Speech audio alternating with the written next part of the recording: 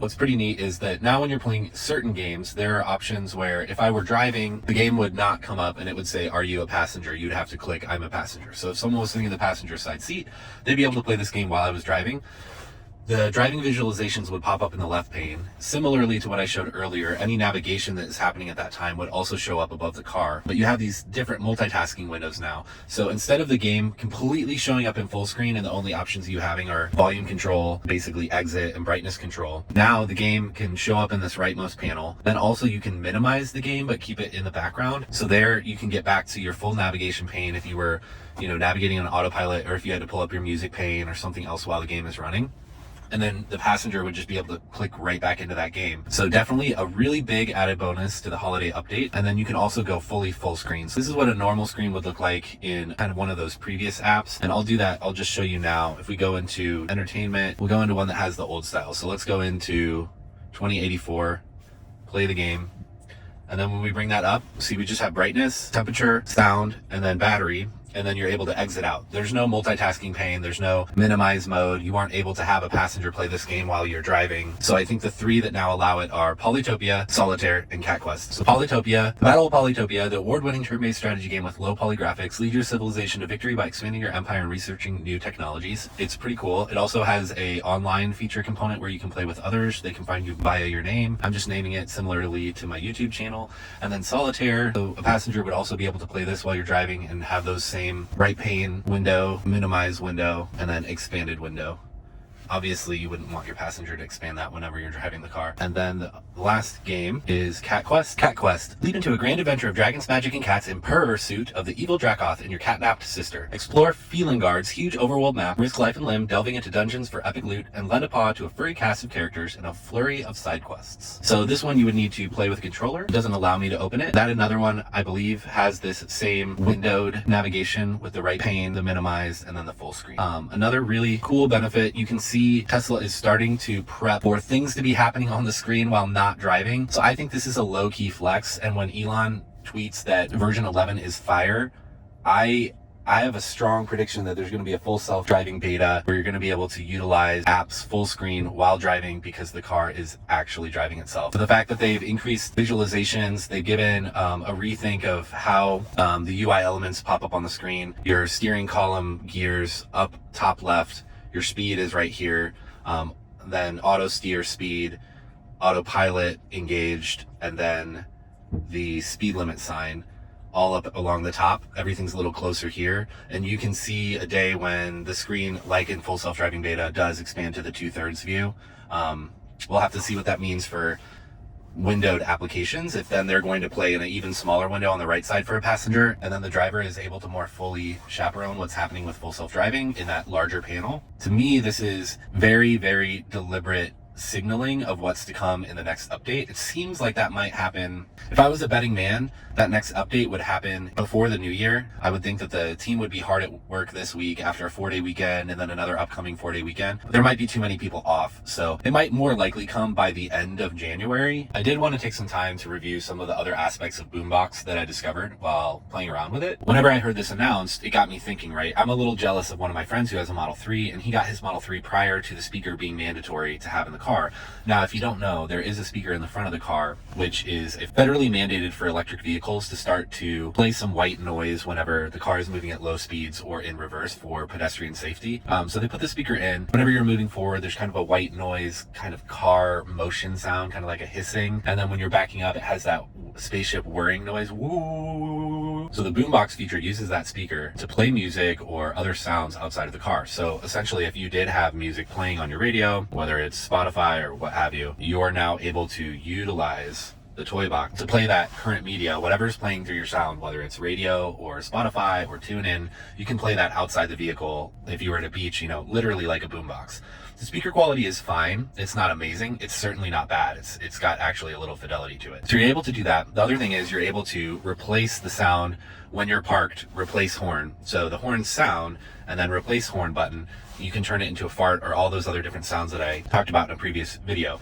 When you preview that, it works. Now, if I were to hit the horn button right now, which I'm not going to because I'm in a parking garage, there would be no car horn and there would only be a fart sound. If I were driving, even with these two options selected, what actually happens is it plays a honk and then it plays the fart sound. So I do like that it keeps the safety intact. The other thing is the driving sounds, which I played, there's some coconuts, there's a few other things. Those actually play while you're driving on top of that white noise sound that I was talking about. And then obviously with Summon, it makes that same spaceship whirring noise. So those sounds play in addition to. The thing that I was thinking about initially was, hey, I want to have a really silent Tesla like my friend's Model 3. Maybe I will do what it says where you can add local media, or you can add USB media and play 5 different songs in your boombox. I was thinking, oh, I'll do that. I'll add basically an MP3 that's just silent white noise. So I did that. I added the USB quiet sound and then to the driving sound and previewed it, did it to the Summon sound and found just that. It still plays those white noise. You can't foil the federally mandated pedestrian safety noises, which I guess in retrospect, why would you want to?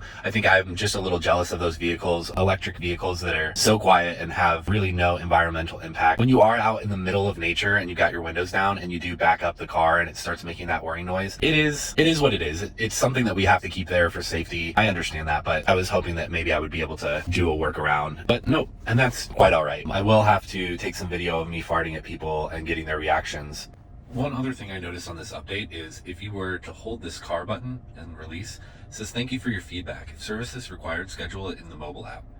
I'm not sure what that is. I don't know if that's replacing some sort of similar functionality to the tapping the camera button whenever people are using the early access program full self-driving beta to report issues to Tesla. I'm not sure if anyone else has described this. Of all the videos I've watched, I've not seen this described, but I figured I'd share it here. Previously, you could access a secret service menu that would allow you to put the car into dynamo mode for off-road without any sort of traction control. Well, now you can still access that on 2020 48.26 by just holding on the Y of the Model Y until it beeps, and then you can enter your access code. If you are someone who's going to be taking delivery of a Tesla soon, I do want to just kind of walk through some of the UI elements. So if you see here, we've got the dash cam button here. So when that dash cam button pops up, usually it does show up when you're parked so that you can change the setting. And then when you are actually driving, you're able to click that on or off. So click that, you can save footage from if there was a current event, or you can launch the viewer. Now with the 2020 48.26 release, the holiday update, I'm not sure if this is new or not because I wasn't as familiar with the car yet, but if I press and hold, you're able to turn on or off the dash cam. So now I can turn it on. If you press it once, you get the dash cam option, save footage, launch viewer. And then this button here, where I could not find it listed anywhere in the manuals or the icons. I saw some other videos where people were like, oh yeah, you just have to go online and read. I was not able to find an easy spot where Tesla calls this icon out. If you press this, it turns Sentry Mode on when it has that red record icon. And then obviously that's gonna pull through whatever your Sentry Mode settings are in the settings section. If we look at safety and security and then scroll down to Sentry, you can program in where your home is, where your work is, and where your favorites are. So if you're visiting friends or other places where you're parked in a parking lot or in a garage where your vehicle is completely safe, you really don't want to have Sentry Mode enabled, you can have those programmed in. You exclude those, so Sentry Mode will be turned on except for those places, which makes sense to me. That's a quick tip there, so you can turn that Sentry Mode off. The other thing is the Sentry Mode icon only appears when you're parked. You'll go to park your car, that icon will pop up, and you're very confused. You're like, I'm not sure whether I press that or I do not. Some other considerations to take into account. So last night it was about 26 degrees. I did end up parking on the street in Chicago just after unloading my car and getting back home. So I ended up parking and put Sentry Mode on overnight. My car ended up going from about 61% at 7 p.m. to 7 a.m. being at 56%. So it dropped about 5% overnight. It's good to know that it'll drop about 5% with Sentry Mode on in the wintertime. Yeah, it might make sense to leave Sentry Mode on just in case someone were to sideswipe my car. I do see that, sometimes drunk drivers hit parked cars in Chicago. It can happen. So if ever I do leave my car out parked on the street, I'll probably just turn Sentry Mode on anyway. Just, that 5%, no big deal. Essentially, you could do that for 18 days and still, have some battery left to get to a supercharger. So I think it's worth it. Probably won't leave it on all day though. I mean, a 10% drop every day seems a little excessive. A little bit of a supercharger review. So as you can see, we're pulling in here to a supercharger. It's a 72 kilowatt max supercharger. It is the closest one to where I live. So right off of one of the busy commercial streets, Broadway, in Lakeview neighborhood of Chicago. It's based in the parking garage of a Mariano's. Mariano's is a local gourmet grocer. It was recently bought by Kroger, so the gourmet aspect of that is leaving a little bit. So it's becoming more and more just like a regular grocery store, but they do have some specialty items and they tend to have a really nice selection. So What's nice about this supercharger, you can come in, set your car on the charger, go in, do some grocery shopping, and even though it's not the fastest charging speed, you are going to be able to add some miles while you do your grocery shopping. It's very convenient. It's nice and covered up on it is on the first elevated floor above ground level, and it is covered, so that's nice. There are stalls. Because of its proximity to home and because of its location at the Marianos, and then due to its speed and taking the charging speed into consideration, I would give this supercharger a 5 out of 10. It's not great, it's not bad, it works in a pinch. More often than not, I will probably drive the extra 3 miles just to do some supercharging downtown at a much faster 150 kilowatt. Thank you for watching. Please like and subscribe, and we'll see you in the next video. Take care.